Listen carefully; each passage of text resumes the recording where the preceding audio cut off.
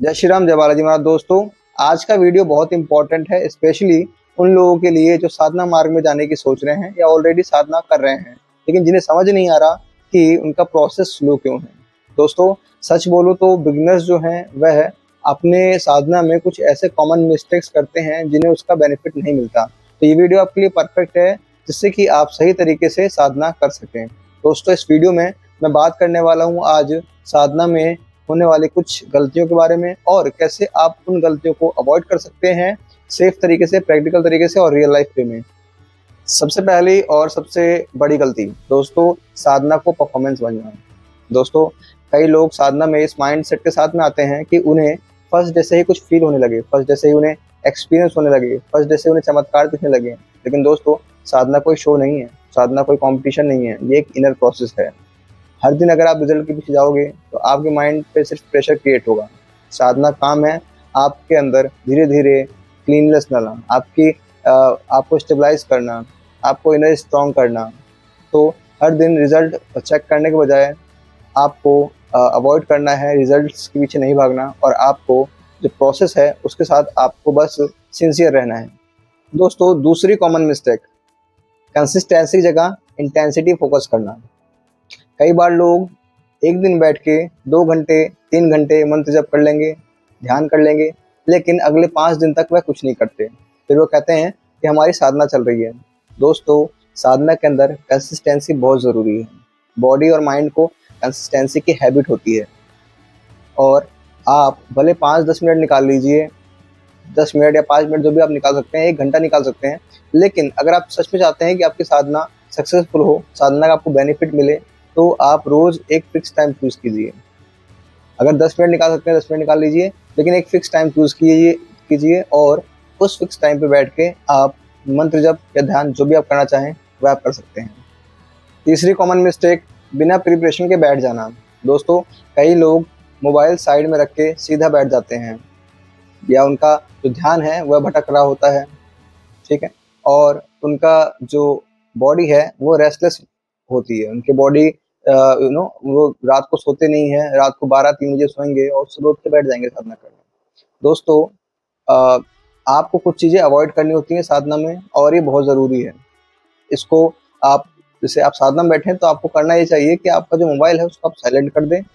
दूसरा, आप जब जहाँ बैठें उसको साफ सुथरी जगह पे पहले बैठें, बॉडी को प्रॉपर रेस्ट मिला हो और एकदम स्टेबल पोजीशन में बैठें जहाँ पे आपको थोड़ा सा रेस्ट मिल सके। अगर आप 1 घंटे सीधे नहीं बैठ सकते आप, तो आप पीछे कुछ सपोर्ट लगा लीजिए, कोई वॉल हो या किसी सपोर्ट लेके बैठ सकते हैं दोस्तों। और अपने माइंड को इधर उधर भटकाकर एक मेन जगह फोकस करें, ठीक है। ये, और उसके लिए मैं आपको बता दूं एक्सरसाइज कि आप क्या कर सकते हैं। जब आप बैठे हैं तो आप 3 बार जोर से सांस ऊपर नीचे खींचें। जैसे ऊपर आप सांस लें, अनुलोम विलोम सोचते हैं आप, तो सांस जोर से खींचना है आपको और सांस छोड़ना है। ये आप 3 बार 4 बार करेंगे तो आपका जो फोकस है वो बढ़ जाएगा साधना की तरफ। चौथी कॉमन मिस्टेक, फॉर्मेलिटी का होना, फीलिंग्स ना होना।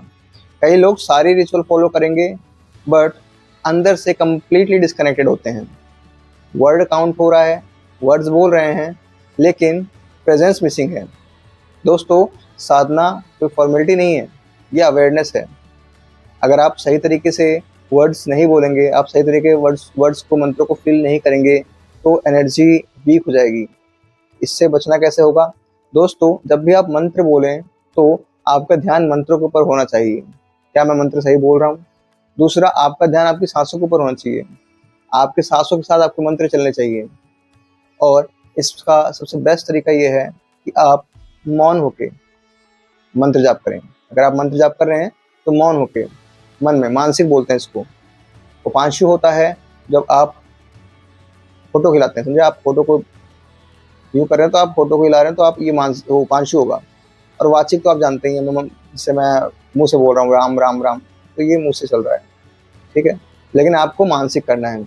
आप साइलेंट बैठे हैं, आपका ध्यान आपकी राइटिंग की तरफ है, आपका ध्यान आपकी सांसों पे है, आपका ध्यान आपके मंत्रों पे है, और आप शांत बैठे हैं। ये बेस्ट तरीका है दोस्तों, और इससे मानसिक तरीके से जाप करने से आपकी एनर्जी इन बॉडी के अंदर बहुत तेज़ी से फ्लो होती है। तो ये एक बेनिफिट आपको मिलेगा। दोस्तों, 5वीं कॉमन मिस्टेक है आपको अपने आप से एक्सपेक्टेशन रखना, दूसरों से कंपैरिजन करना। दूसरों को विजन दिख रहे हैं, दूसरों को एक्सपीरियंस हो रहे हैं, दूसरों को कुछ साइन मिल रहे हैं गॉड गॉड की तरफ से। लेकिन दोस्तों आपको ये चीज़ नहीं सोचनी है कि मुझे कुछ क्यों नहीं दिख रहा, मुझे कोई एक्सपीरियंस क्यों नहीं हो रहा है। क्योंकि दोस्तों साधना एक ऐसी चीज़ है, या जो आप जिस डायटी की पूजा कर रहे हैं, जिस आप गॉड की पूजा कर रहे हैं, वह उन पे डिपेंड करता है कि वह आपकी परीक्षा कब तक लेते हैं। कई बार ऐसा होता है कि आपको 6 महीने, साल भर तक कुछ नहीं दिखता, ना कोई एक्सपीरियंस होगा, ना कुछ होगा। लेकिन दोस्तों आपको ये चीज़ समझना होगा कि जो चीज़ जितनी लेट मिलती है, वह उतनी स्ट्रांग मिलती है और वह उतना ही बड़ा गिफ्ट होता है। तो पेशेंस रखना बहुत ज़रूरी है। पेशेंस रखें, दूसरों से कंपेयर ना करें और अपने आप से भी एक्सपेक्टेशन ना रखें। दोस्तों छठी गलती, साधना को सिर्फ प्रॉब्लम के टाइम याद करना। ठीक है, तो आपको ये नहीं करना है कि आज प्रॉब्लम आ गई, आज मैं कहीं फंसा हूँ तो मैं साधना करने बैठ जाऊँ। दोस्तों अपनी लाइफ का एक डेली रूटीन बना लीजिए, इसको अपने लाइफ का एक हिस्सा बना लीजिए। अगर आप साधना करना चाहते हैं तो उसको अपनी लाइफ का एक हिस्सा बना लीजिए। जैसे आप लाइफ में और सारे काम करते हैं, आप खाते पीते नहाते हैं, सब कुछ करते हैं, वैसे ही छोटा सा पार्ट है कि साधना को अपनी लाइफ का बना लीजिए। इसको सिर्फ प्रॉब्लम में याद मत कीजिए, ये क्योंकि अगर आप इसको सिर्फ प्रॉब्लम में याद करेंगे तो ये कभी वर्क नहीं करेगी। साधना जो है इसको एक रेगुलर बेसिस पे रखिए और इसको लाइफ का अपना एक हिस्सा बना लीजिए। सातवीं और सबसे बड़ी गलती, पेशेंस का ना होना। दोस्तों साधना जो है वो पेशेंस मांगता है और डिपेंड करता है कि आपके देवता कौन है या आपकी देवी कौन है जिनकी आप साधना उपासना कर रहे हैं, क्योंकि वो परीक्षा लेते हैं और उस परीक्षा में भी आपको पास होना होता है। तो अगर आपको साधना सफल करनी है, आपको साधना में अगर आपको परीक्षाएं पास करनी है जो भगवान ले रहे हैं, तो उसके लिए आपको जो गलतियां मैंने ऊपर बताई हैं वह गलतियां सारी आपको अवॉइड करनी पड़ेंगी और पेशेंस रखना पड़ेगा। पेशेंस बहुत ज़रूरी है। कई बार 6 महीने, साल भर तक आपको कुछ भी अनुभव नहीं होगा, कुछ भी नहीं होगा, कुछ भी एक्सपीरियंस कुछ भी नहीं होगा, है ना। आपको लगेगा कि सिर्फ आप करे जा रहे हो इसको फॉर्मेलिटी की तरह। लेकिन दोस्तों यही कंसिस्टेंसी है, यही परीक्षा है जो आपके देवी देवता चेक करते हैं।